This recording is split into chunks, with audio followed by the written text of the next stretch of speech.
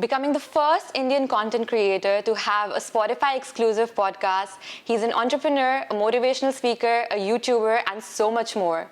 But what's really fascinating is that he's only 28 years old, yet if you listen to his conversations, they have this sort of profoundness to it that people only generally acquire much later in life. So what's his secret? Well, we're here to find out with the man himself, Ranveer Allahbadia, known famously as Beer Biceps on social media, who's here in Dubai with us. Hey! Hello and welcome to Khaleej Times, Ranveer, and welcome to Dubai as well. You've been here for, I think, a couple of days now.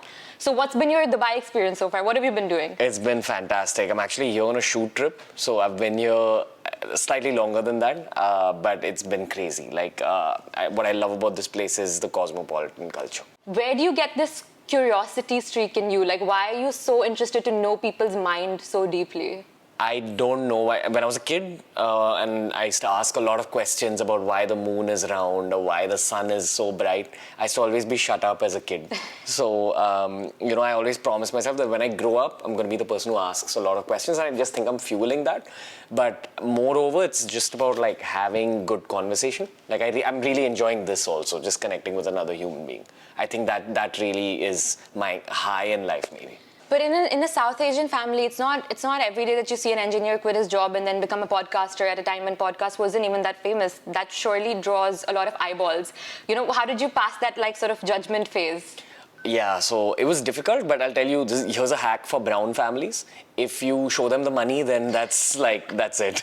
You just have to show that you're capable of earning good money. Right after engineering college, I basically started coaching people with their fitness training, and surprisingly, that paid me way more than I would have got from a regular job from engineering college. Okay. So once my parents saw the cash, it was great, and then I used the cash to fuel my YouTube career. Did a lot of normal content, like infotainment content, for about 3-4 years.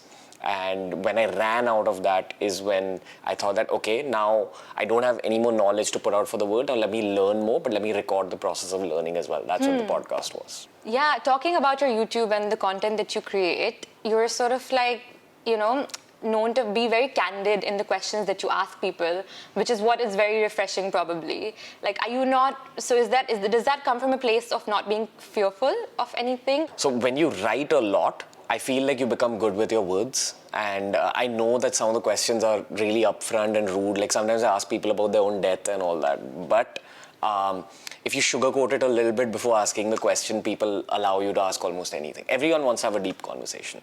So, and everyone wants to think really deeply about themselves, and it's the heavy, rude questions that force you into that zone. So as long as you know how to mold your words, you can ask literally anything. So you always keep saying this on your social media, keep chasing.